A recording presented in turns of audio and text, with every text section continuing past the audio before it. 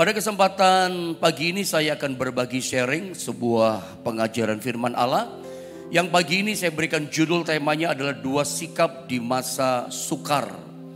Inti yang saya coba sampaikan sama saudara lewat tema ini adalah bahwa yang menentukan kemenangan setiap kita, yang menentukan kita bisa melewati masa krisis kita, masa sukar kita, dan kita ditemukan tetap dalam posisi tegak berdiri, bukan kalah tapi menang. Itu ada pada 2 sikap ini, saudara ya. Sebab itu mari kita belajar sikap seperti apa sebetulnya yang menentukan kemenangan kita bisa melewati masa sukar-sukar yang memang ada dalam dunia ini yang kita hadapi. Kita baca saja langsung ayatnya, ayat yang sangat familiar, tidak asing, bahkan sering saya ajarkan sama saudara. Mari lihat 2 Timotius pasal yang ketiga, ayat yang ke-1, ayat yang pertama. Mari langsung saja kita sama-sama baca 1, 2, dan 3. Ketahuilah bahwa pada hari-hari terakhir akan datang masa yang sukar.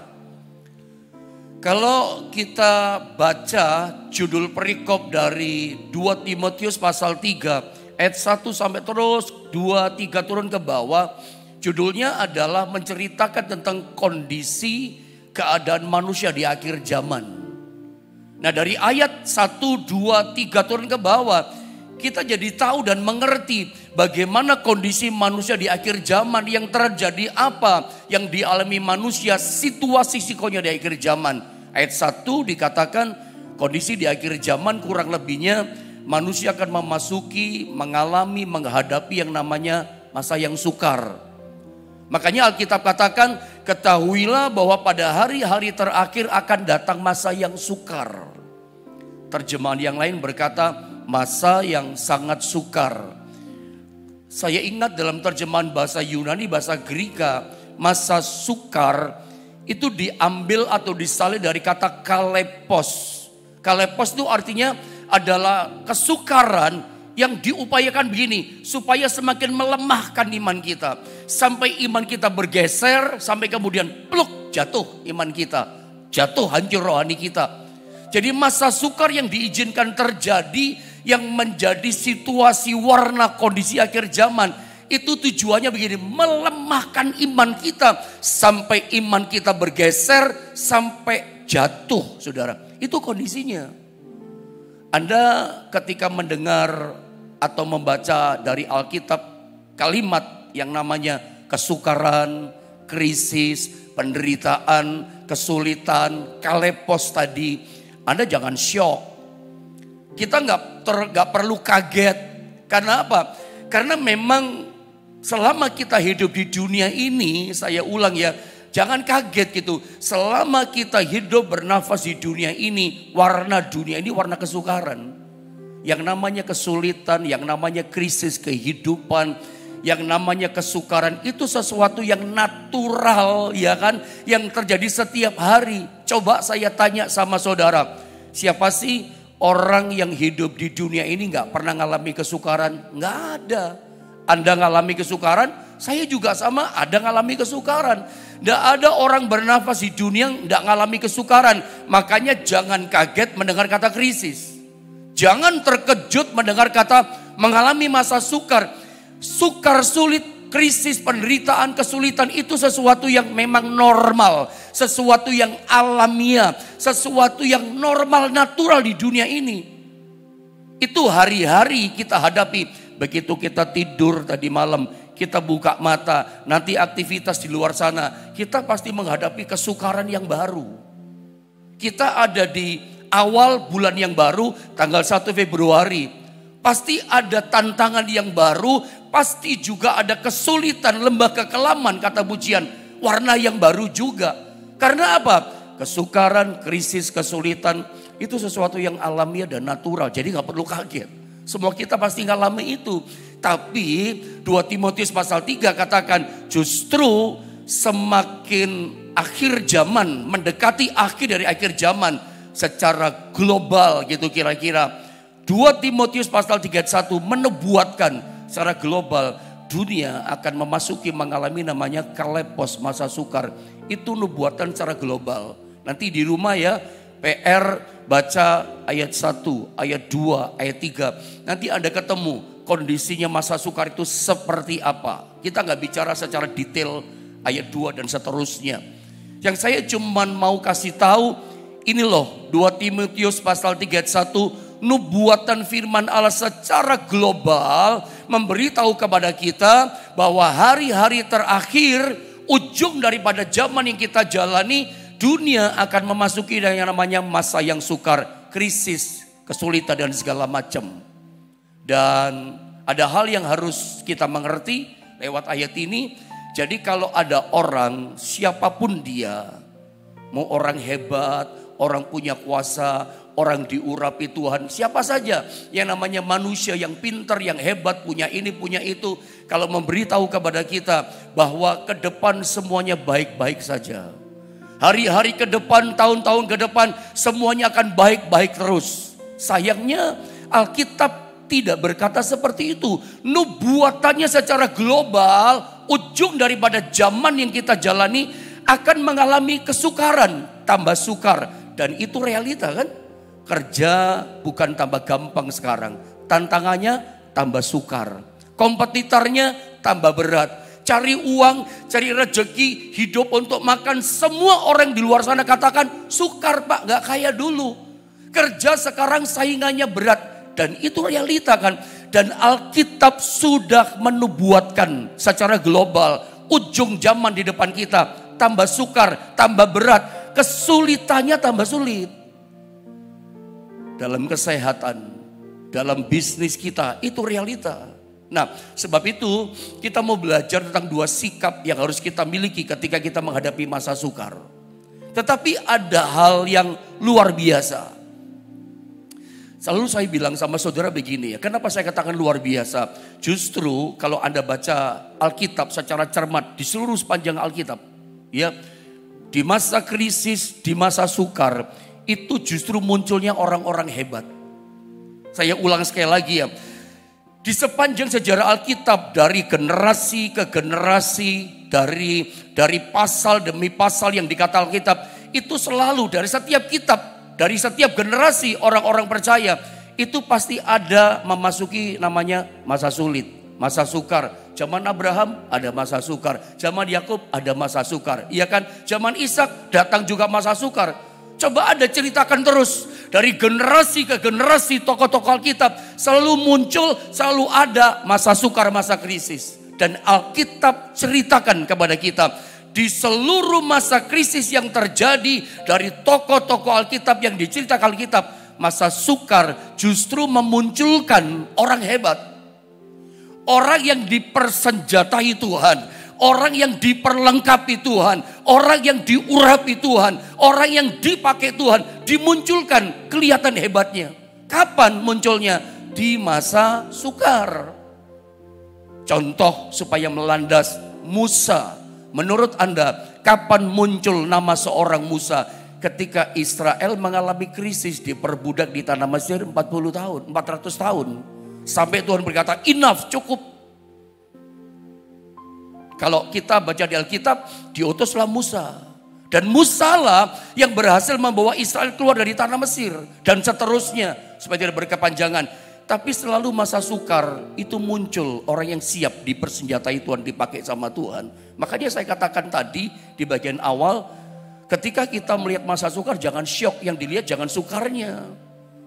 Bagaimana kita ketika menghadapi masa sukar ditemukan oleh Tuhan, dilihat oleh Tuhan, tetap tegak berdiri, tetap hadapi masa sukar, bisa melewati gitu. Bukan kalah tapi menang. Makanya yang kita lihat bukan sukarnya, kita lihat Tuhan yang besar kuasanya. Bagaimana di masa sukar yang kita hadapi, Tuhan pakai kita.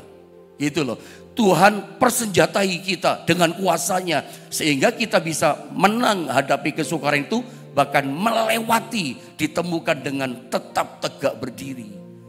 Menang mengatasi setiap persoalan, krisis, kesukaran kita. Muncul Musa, di masa sukar muncul orang hebat. Begitu juga zaman Gideon. Anda tahu siapa Gideon? Dia yang pernah dengan 300 tentaranya mengalahkan tentara Midian 135.000 orang. Ini cerita yang tidak masuk akal. Tapi orang hebat yang luar biasa ini muncul ketika justru umat Allah Israel dalam ketakutan, dijajah, ya, ditekan sama bangsa Midian. Sampai Alkitab tulis kisah tentang Gideon dalam kitab Hakim-Hakim. Israel di masa generasinya Gideon itu melarat sampai nggak bisa makan karena gudang lumbung pangan mereka itu dirampas, dirampok, dibakar, baru nanam dirusak, lumbungnya dirampas bahkan dibakar sampai nggak bisa makan.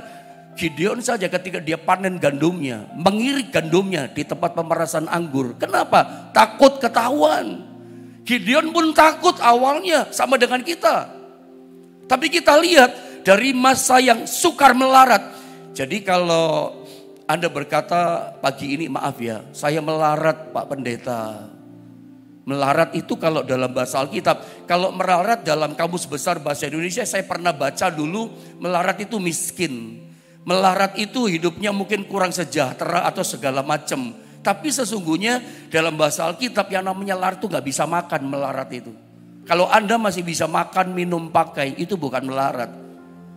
Anda saja gak puas, gak mengucap syukur dengan keadaan yang ada. Saya percaya sesulit-sulitnya masa sukar, Tuhan Yesus tetap sanggup memelihara kita. Makanya masa sukar itu bagaimana kita dipersenjatai, diperlengkapi dengan kuasa itu. Muncul Gideon kan, orang hebat. Karena dia mau, awalnya gak mau. Awalnya mau dipakai, siap, akhirnya dia dipakai. Demikian juga masa Daud. Selalu ya, setiap generasi ke generasi ada masa krisis. Jadi jangan kaget dengan kata, masa sukar, masa krisis. Itu natural kok. Bukan yang aneh, itu natural. Masa Daud pun ada masa sukar. Muncul Goliat yang besar, meneror bangsa Israel. Ada sekarang yang di antara saudara merasa diteror dengan keadaan yang ada. Diteror dengan ekonomimu, dengan keuanganmu. Ada yang diteror dengan Goliat, dengan sakit penyakitnya. Sakit kalau parah itu meneror kita loh. Dak-dikduk kita, aduh bagaimana ini. Atau Anda diteror dengan macam-macam keadaan, situasi yang sulit, krisis yang ada. Masa krisis teror Goliat muncul. Ada orang hebat namanya Daud. Saya katakan kesuksesan, keberhasilan itu adalah kesiapan kita bertemu dengan kesempatan dari Tuhan. Daud dikasih kesempatan, dia siap. Makanya masa krisis butuh siap hidup kita. Siap dipakai Tuhan, siap ditolong Tuhan, siap dipersenjatai Tuhan. Kalau kita gak siap, lewat kita kalah. Nah kita lihat muncul Daud ketika masa krisis. Terus ya, ada banyak contoh. Saya sebut Daniel, masa krisis diperbudak, ditawan di tanah Babel. Saya teruskan ya, biar gak kepanjangan ya. Yusuf sama. Muncul nama Yusuf orang hebat, itu terjadi kelaparan. Ini globalnya ya. Terjadi kelaparan di seluruh dunia, muncul hikmat Yusuf.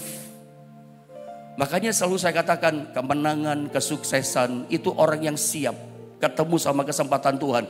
Dia bisa masuk, dia bisa ambil, menang dia. Gagal berkali-kali, sekali sukses, sukses terus dia. Sama dengan kisah Yohanes Pembaptis, saya gabung dengan Yesus. Semakin hebat krisisnya, semakin berat kesukarannya, justru memunculkan orang yang lebih hebat. Kehebatannya lebih luar biasa. Mengingat zaman Yohanes Pembaptis sama zamannya Yesus ya, itu krisisnya lebih parah. Krisis apa ini ya? Ekonomi, krisis keuangan, krisis politik, krisis sosial budaya. Dijajah sama bangsa Romawi kan, Israel. Krisisnya saya sebut multidimensi. Parah krisisnya. Makin parah, makin hebat menekan itu krisis kesukarannya. Makin kuasa Tuhan hebat bekerja atas Yohanes Pembaptis.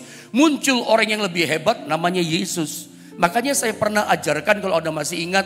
Justru masa sukar, masa krisis itu kayak rahim. Itu kayak pabrik yang memproduksi orang-orang hebat.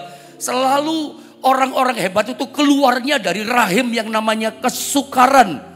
Kesulitan, krisis, teror yang ada. Itu kayak kandungan, kayak rahim, kayak pabrik yang memproduksi, melahirkan, mengeluarkan orang-orang luar biasa. Makanya pada masa pandemi kemarin itu kan masa sukar itu. Itu memunculkan banyak hamba-hamba Tuhan hebat mulai bermunculan. dipakai Tuhan di luar sana. Luar biasa. Memunculkan pengusaha-pengusaha baru yang luar biasa. Dengan ide barunya, dengan cara-cara barunya. New normal dan seterusnya. Karena memang diakui atau tidak, disadari atau tidak, bahwa kita mesti sepakat, kesukaran itu kayak kandungan dia. Masa sukar itu kayak pabrik yang memproduksi sesuatu, melahirkan orang hebat. Dan saya berdoa, masa sukarmu itu melahirkan engkau jadi anak-anak Tuhan yang hebat dan luar biasa. Yang dikasih kuasa, yang dipersenjatai oleh Tuhan. Bukan kalah, tapi Anda menang. Nah, ini hal pertama yang saya coba sampaikan sama saudara. Bahwa kesukaran itu kayak rahim. Kesukaran itu kayak pabrik. Kesukaran kayak kita digodok di situ. Melahirkan kita orang-orang yang hebat. Jadi yang kita lihat bukan kesukarannya. Coba lihat gambar ini. Saya mau terangkan dengan kata-kata seperti ini. Sebab itu kita harus belajar Bapak Ibu Saudara. Bukan bagaimana menengking krisisnya. Kita belajar ketika hadapi kesukaran. Bukan kita tengking kesukarannya. Maunya kita kan begitu kan. Kalau kita berdoa, kalau kita menyembah, kalau kita puasa, kalau kita ibadah hari Minggu, maunya kita kan menciptakan zona-zona nyaman buat kita kan. Maunya kita cepat-cepat check out, keluar dari teror masalah kita. Maunya kita begitu. Setiap doa, jauhkan saya dari pencobaan. Pengennya kita langsung check out, ada cepat jalan keluar.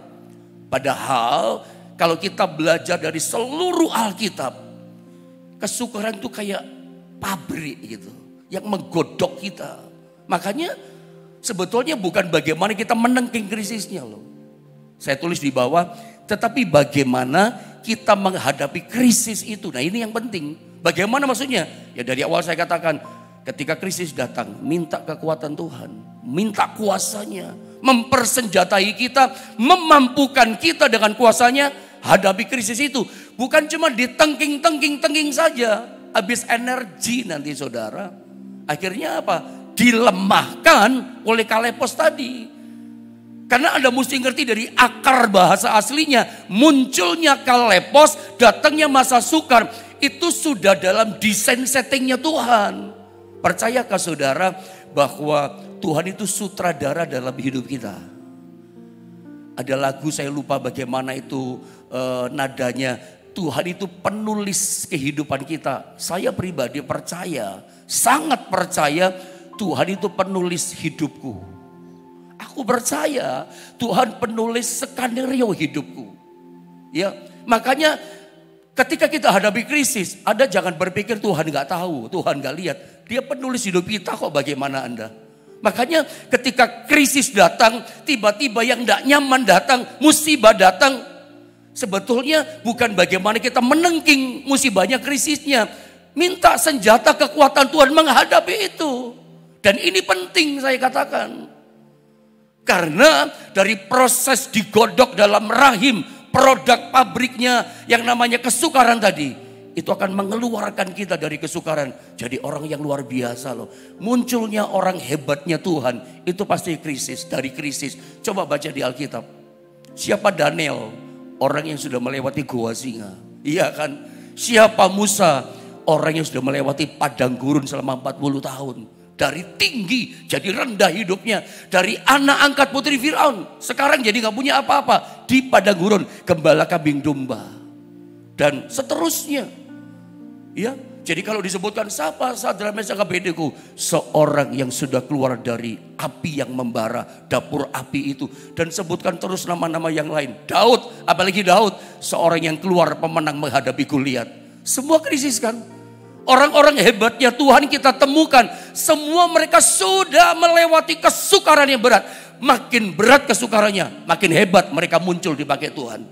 Saya rindu di tahun ini kita menjadi orang-orang seperti ini. Ditemukan oleh Tuhan. Ditemukan oleh orang yang melihat kita. Kita bisa melewati krisis kita. Tetap dengan berdiri, berjalan tegak. Bukan kalah, menang. Bukan di bawah, tapi di atas kemenangan. Di atas krisis kita. Makanya Anda lihat berikutnya.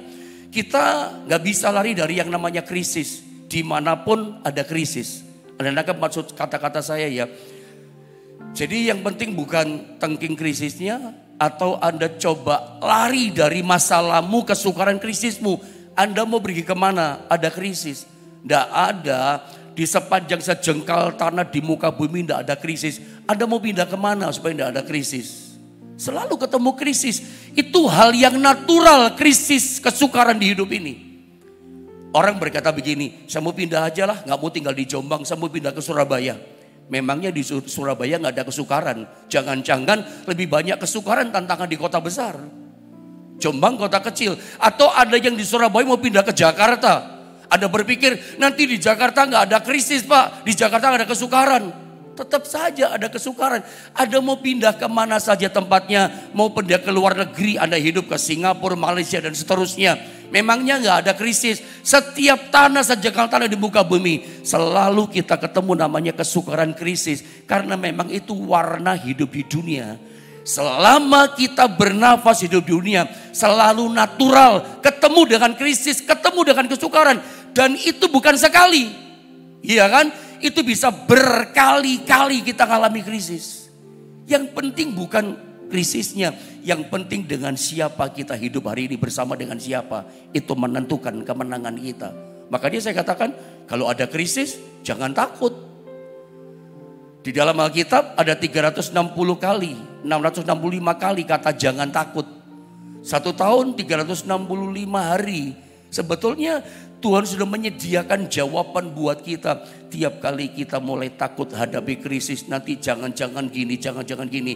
Tuhan sediakan satu ayat setiap hari. Krisis ketakutan yang beda-beda. Alkitab katakan jangan takut.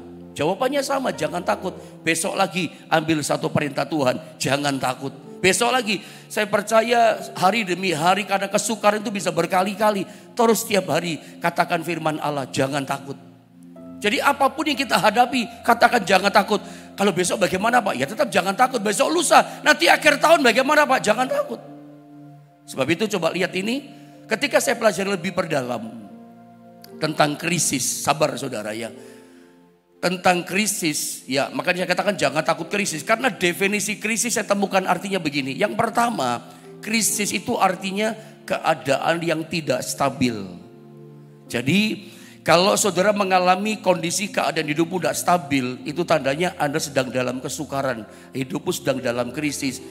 Kalau Anda kerja nih ya, dagang ya, kadang rame, kadang sepi. Loh itu krisis loh.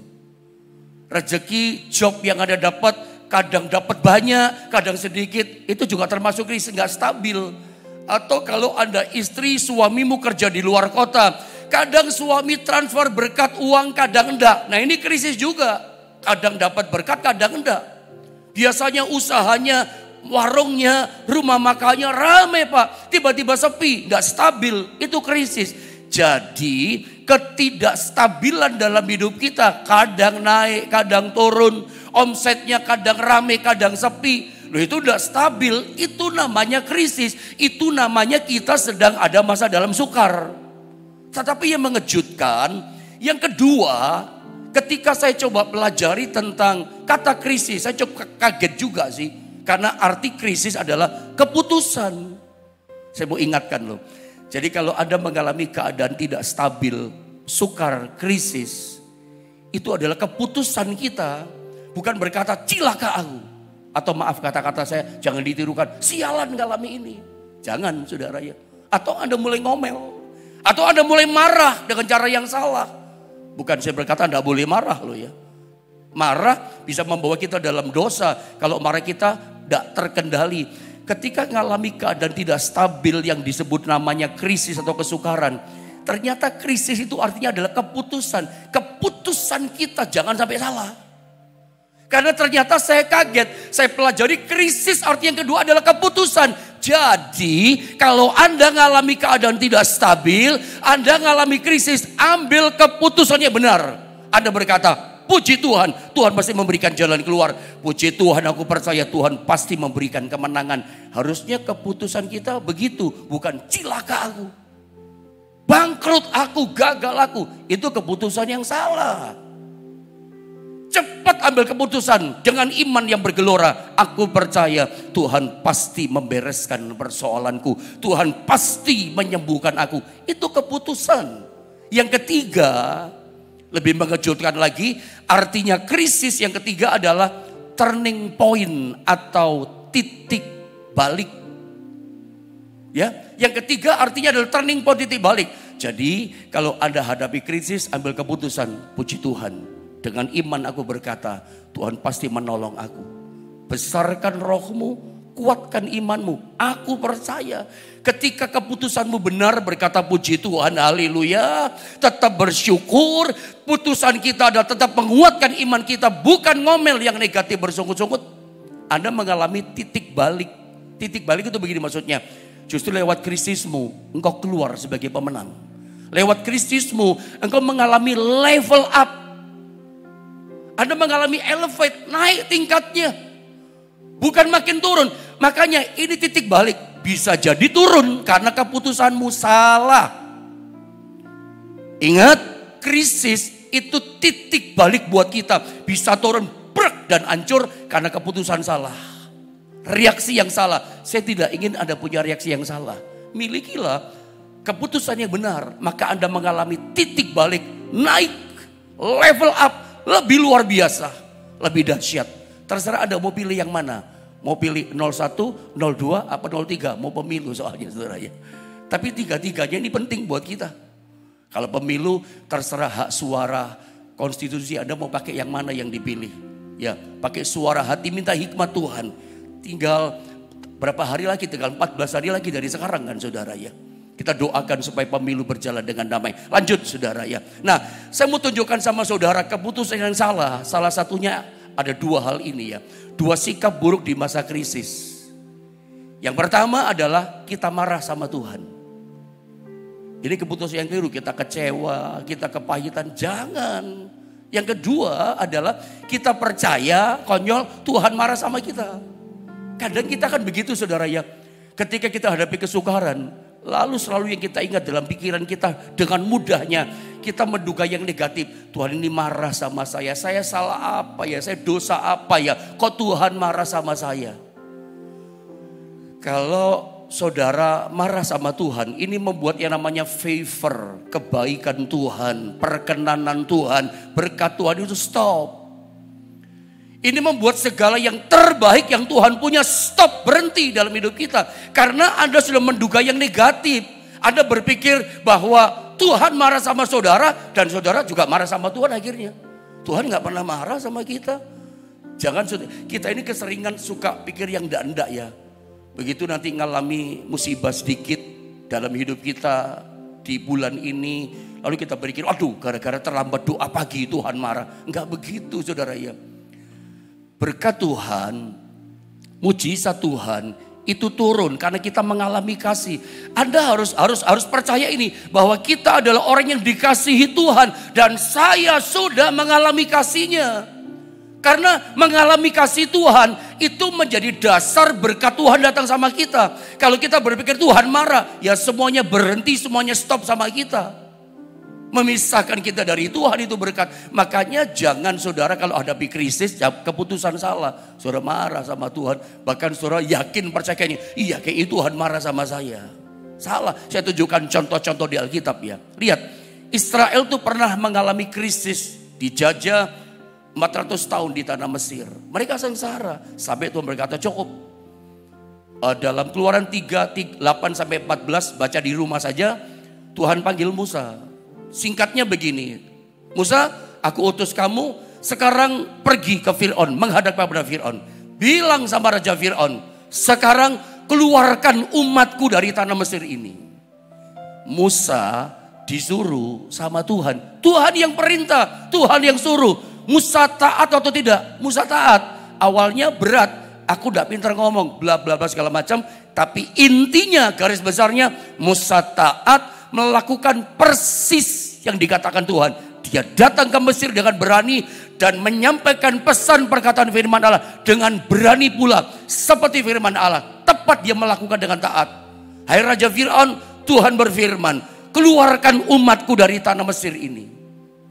Tuhan yang suruh. Kita lihat apa yang terjadi dalam pengalaman Musa ketika dia mentaati perintah Tuhan. Apa yang dialami? Lihat Keluaran 9 ayat 12. Apa yang terjadi dialami sama Musa? Lihat saya baca ayat ini, ayat 12 ya. Tetapi Tuhan, kata Alkitab, mengeraskan hati Fir'aun. Sehingga apa? Ia tidak mendengarkan mereka. Tidak dengar Musa sama Harun. Seperti yang telah difirmankan Tuhan kepada Musa. Aneh kan? Musa sudah taat, melakukan persis yang Tuhan perintahkan, firmankan. Menghadap Fir'aun, berkata seperti firman Tuhan katakan kepada dia. Tapi ternyata keadaannya gak seperti yang Musa pikirkan dan bayangkan. Wah, nanti bangsa Israel langsung keluar, Fir'aun nanti takut dan membebaskan semuanya. Ternyata enggak. Apa yang Alkitab katakan? Tetapi Tuhan mengeraskan hati Fir'aun. Siapa yang mengeraskan hati Fir'aun? Tuhan. Pertanyaannya, siapa yang menyuruh Musa datang menghadap Fir'aun?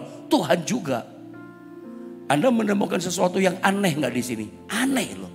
Kadang kita menjumpai hidup ini aneh kayak begini. Dan bukan sekali, bisa berkali-kali menjumpai kejadian peristiwa yang aneh. Udah setia sama Tuhan? Iya. Taat sama firman Tuhan? Sudah kita lakukan. Coba saya sambung saja supaya bisa menyelesaikan. Satu pasal lagi, keluarin pasal 10. Naik satu pasal. Ayat 20-27. Bukan cuma sekali loh. Tuhan suruh lagi. Ngomong lagi Musa. Keluarkan umatku dari bangsa ini. Itu berkali-kali. Itu lebih dari 3 kali maksud saya. Tapi saya tunjukkan 3 kali saja. Ayat 20 dikatakan. Tetapi Tuhan mengeraskan hati Fir'aun. Ketemu lagi kata ini. Sehingga tidak mau membiarkan orang Israel pergi dari tanah Mesir kan. Aneh kan. Sudah nurut, ngomong lagi. Tuhan keraskan lagi. Turun 27. Menghadap lagi Musa kepada Fir'aun. Hasilnya bagaimana? Tidak seperti yang diharapkan. Hasilnya begini. Tetapi Tuhan, ayat 27, mengeraskan hati Fir'aun sehingga dia tidak mau membiarkan mereka pergi. Menurut Anda aneh atau tidak Tuhan ini? Aneh loh. Musa hari itu menghadapi kejadian yang aneh. Menghadapi orang yang aneh juga Mesir. Dan Tuhannya juga, bukan tidak hormat sama Tuhan, minta ampun sama Tuhan kalau salah. Kayaknya Tuhan juga aneh dalam ayat ini.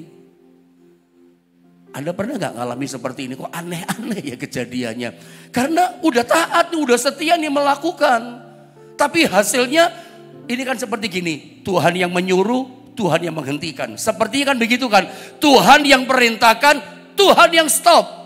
Kan begitu. Tuhan yang suruh memulai. Tuhan yang mengakhiri. Udah nurut. Ternyata perintahnya dari Tuhan. Tuhan yang mengeraskan hati Fir'aun. Loh ini kan aneh. Anda pernah gak menjumpai kejadian yang model aneh-aneh begini? Ketemu sama orang aneh. Ketemu sama rekan kerja aneh. Menghadapi peristiwa yang aneh. Rasanya kok ngalami kayak gini gak masuk akal. Kok aneh-aneh. Sebelum Anda ngalami Musa sudah ngalami orang aneh dan kejadian yang aneh. Udah taat sama perintah Tuhan. Hasilnya kok aneh begini ya. Dan itu bukan cuma 3 kali. Berkali-kali Anda baca di Alkitab. Banyak kalimat kata Tuhan mengeraskan hati Fir'aun. Tuhan mengeraskan hati Fir'aun. Padahal sudah nurut misi Musanya. Nah kalau Anda mengalami kejadian yang aneh seperti ini. Tujuannya apa sih Tuhan? Karena yang kita alami, Tuhan itu penulis kehidupan kita. Ya, Dia penulis skenario dalam hidup kita. Kalau Tuhan izinkan kita mengalami peristiwa yang aneh, berhadapan dengan orang ini kok aneh sih? Udah gini-gini tapi aneh dia. Apa sih tujuan Tuhan? Kok kita ngalami yang aneh seperti ini? Ternyata tujuan Tuhan mengeraskan hati. 4 pasal kemudian baru kita tahu tujuannya Tuhan mengeraskan hati. Lihat Keluaran 14. Tadi kan pasal 10 kan? Sekarang pasal 14. Lompat 4 pasal. Ayat yang keempat dikatakan begini dalam pasal 14. Aku, perhatikan, akan mengeraskan hati Fir'aun sehingga ia mengejar mereka. Ini tujuannya. Dikeraskan hati Fir'aun tujuannya ini. Supaya Fir'aun mengejar bangsa Israel dan Musa tadi.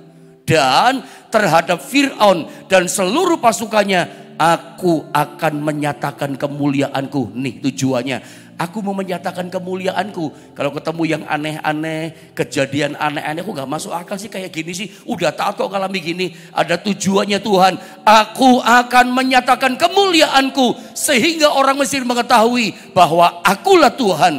Lalu mereka berbuat demikian. Laut Teberau terbelah jadi dua. Ujungnya begini. Israel, Musa, Harun mengalami kemuliaan Tuhan yang sangat besar. Mujizat Tuhan yang sangat besar. Musa pun saya yakin dengan saya katakan. Tidak pernah terpikir di pikiran Musa. Sekecil apapun tidak pikir. Tuhan bikin mujizat kemuliaan yang besar. Laut Teberau itu dibelah jadi dua. Mereka berjalan di tanah kering. Jalan keluarnya dahsyat. Mujizat berkatnya luar biasa. Dia penulis kehidupan kita. Jadi kalau ketemu yang aneh-aneh begini. Bukan sekali loh Pak, berkali-kali. Yang penting bukan anehnya. Yang penting bukan krisisnya kita tengking-tengking. Nanti Anda habis lemes, habis energi. Dilemahkan sama kalepos. Jatuh iman saudara, jangan-jangan. Makanya sikap kita adalah hadapi krisis. Tuhan kuatkan aku. Persenjatai aku, urapi aku. Ingat, justru krisis itu melahirkan kemuliaan yang besar. Krisis yang aneh-aneh, kesukaran aneh, itu melahirkan, mengeluarkan kemuliaan mujizat yang besar. Seperti memunculkan para pahlawan orang hebat. Seperti itulah krisis melahirkan hal yang luar biasa. Makanya kemenangan kita datang berawal dari dua hal ini. Seperti saya katakan tadi, kita tidak marah sama Tuhan. Jangan marah ya sikap kita. Jangan ngomel, stop bersungut-sungut. Kedua, kita percaya Tuhan tidak marah kepada kita. Jadi kalau ada ngalami hal yang aneh, jangan pikir yang negatif. Tuhan lagi marah sama saya salah apa ya? Kok selalu begitu ya pikiran kita?